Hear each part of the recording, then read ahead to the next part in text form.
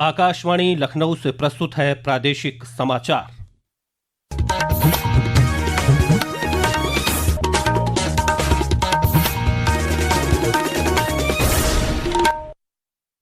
मुख्य समाचार। Paper leak के आरोपों के कारण 3 मई को हुई नीट यूजी परीक्षा रद्द। सीबीआई जांच के आदेश, नई परीक्षा तिथि का ऐलान जल्द। आगरा में यमुना नदी में नहाने के दौरान 6 बच्चे डूबे, 4 की मौत, 2 का उपचार जारी। जेठ महीने के दूसरे बड़े मंगल पर राजधानी लखनऊ और आसपास के जिलों में दिखा आस्था और सेवा का संगम। प्रमुख हनुमान मंदिरों में उमड़ी श्रद्धालुओं की भीड़। और प्रदेश के पश्चिमी जनपदों में तेज आंधी और बारिश से जनजीवन प्रभावित। आगामी 24 घंटों में राज्य के विभिन्न हिस्सों में बारिश और बिजली गिरने का अनुमान।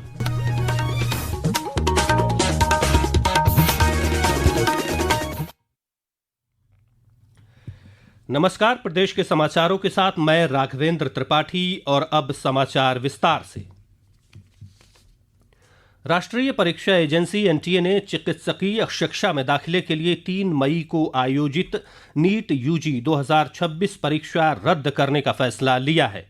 सोशल मीडिया पोस्ट में एजेंसी ने कहा है कि यह फैसला विद्यार्थियों के हित और राष्ट्रीय परीक्षा प्रणाली पर टिके विश्वास को ध्यान में रखते हुए लिया गया है। एक रिपोर्ट।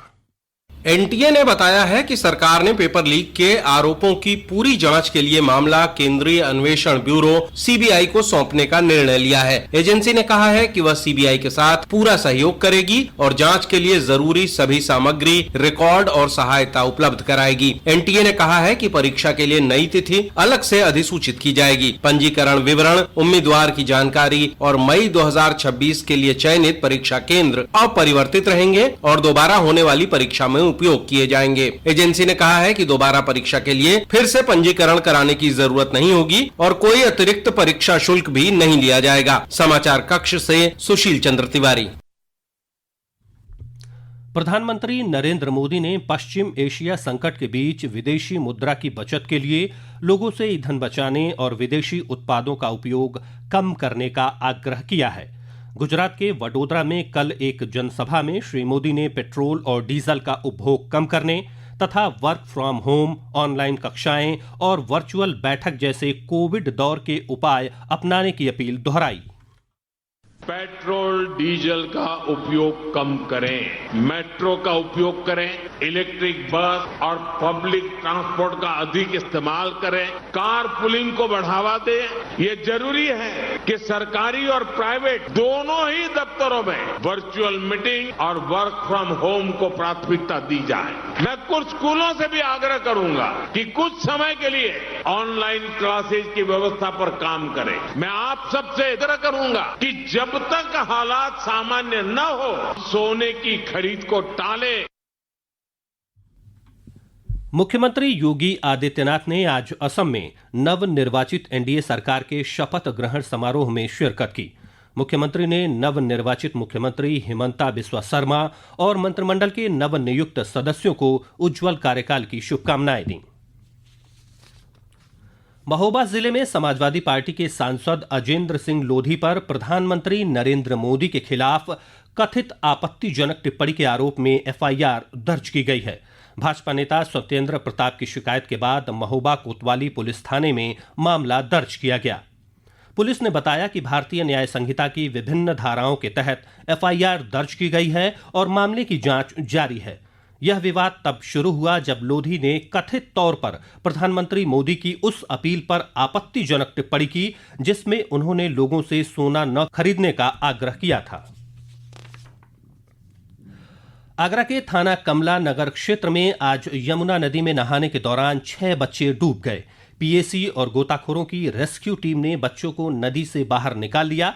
सभी को गंभीर हालत में एसएन मेडिकल कॉलेज भेजा गया, जहां उपचार के दौरान 4 बच्चों की मौत हो गई। 2 बच्चों का उपचार जारी है। पुलिस उपायुक्त नगर सैयद अली अब्बास ने बताया कि सभी बच्चे एक कार्यक्रम में शामिल होने के लिए आगरा आए थे।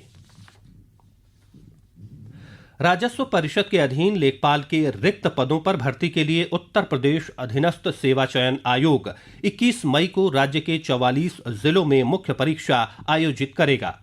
आयोग के परीक्षा नियंत्रक की तरफ से जारी सूचना के अनुसार परीक्षा सुबह 10 बजे से दोपहर 12 बजे तक होगी।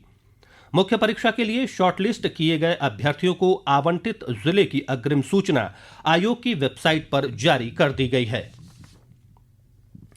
ये समाचार आप आकाशवाणी लखनऊ से सुन रहे हैं। ताज़ा समाचार जानने के लिए आप हमारी वेबसाइट news.air.gov.in पर लॉगिन कर सकते हैं। इसके साथ ही आप प्रादेशिक समाचारों का यह बुलेटिन हमारे YouTube channel news on AIR Lucknow पर भी सुन सकते हैं।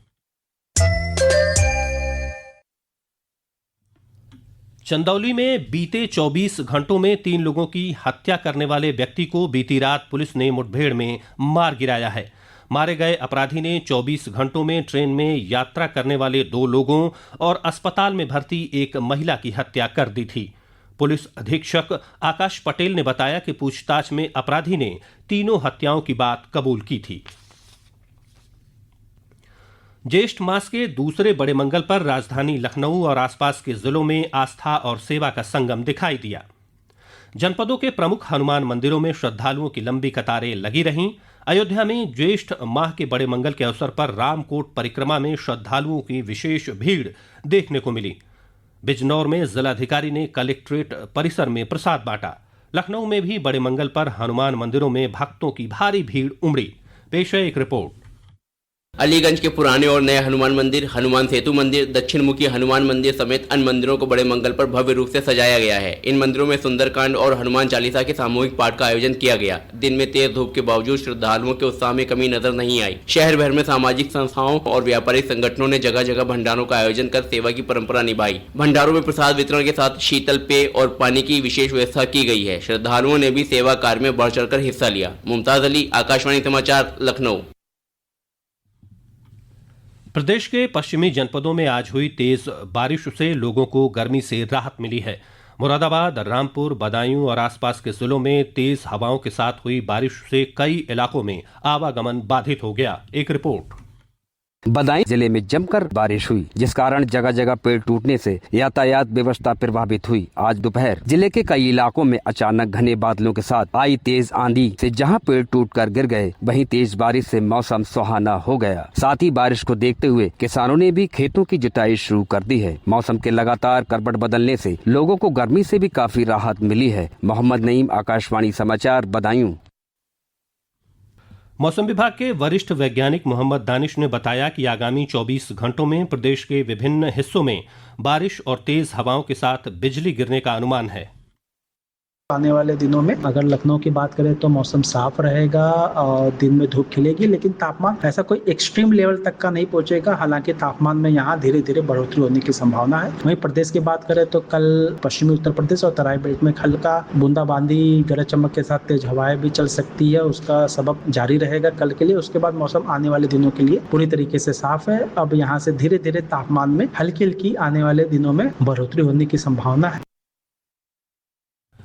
प्रदेश के व्यावसायिक शिक्षा, कौशल विकास और उद्यमशीलता राज्य मंत्री कपिल देव अग्रवाल ने आज गोरखपुर में संवाद कार्यक्रम की अध्यक्षता की। कार्यक्रम में सरकार, उद्योग जगत, निजी ITI संचालकों और प्रशिक्षण संस्थानों के प्रतिनिधियों ने युवाओं को रोजगार परक और भविष्य आधारित प्रशिक्षण उपलब्ध कराने को लेकर मंथन किया। कार्यक्रम को संबोधित करते हुए राज्य मंत्री ने कहा कि आत्मनिर्भर भारत की मजबूत आधारशिला कौशल विकास संस्थान है। उत्तर प्रदेश माटी कला बोर्ड द्वारा संचालित माटी कला कौशल विकास योजना के अंतर्गत रामपुर में 15 दिवसीय विशेष शिल्पकारी प्रशिक्षण कार्यक्रम आयोजित किया जाएगा। योजना के तहत ग्रामीण एवं नगरीय क्षेत्रों में माटी कला कार्य से जुड़े कुम्हार और परंपरागत कारीगरों को आधुनिक तकनीक, आकर्षक डिजाइन, गुणवत्तापूर्ण उत्पादन एवं विपणन का प्रशिक्षण दिया जाएगा। जिला ग्रामोद्योग अधिकारी भूपेंद्र सिंह ने बताया कि इच्छुक कारीगर 29 मई तक आवेदन कर सकते हैं। और अंत में मुख्य समाचार एक बार फिर। पेपर लीक के आरोपों के कारण 3 मई को हुई नीट UG परीक्षा रद्द। CBI जांच के आदेश। नई परीक्षा तिथि का ऐलान जल्द। आगरा में यमुना नदी में नहाने के दौरान 6 बच्चे डूबे, 4 की मौत, 2 का उपचार जारी। जेठ महीने के दूसरे बड़े मंगल पर राजधानी लखनऊ और आसपास के जिलों में दिखा आस्था और सेवा का संगम। प्रमुख हनुमान मंदिरों में उमड़ी श्रद्धालुओं की भीड़।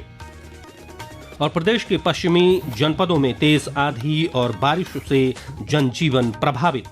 आगामी 24 घंटों में राज्य के विभिन्न हिस्सों में बारिश और बिजली गिरने का अनुमान।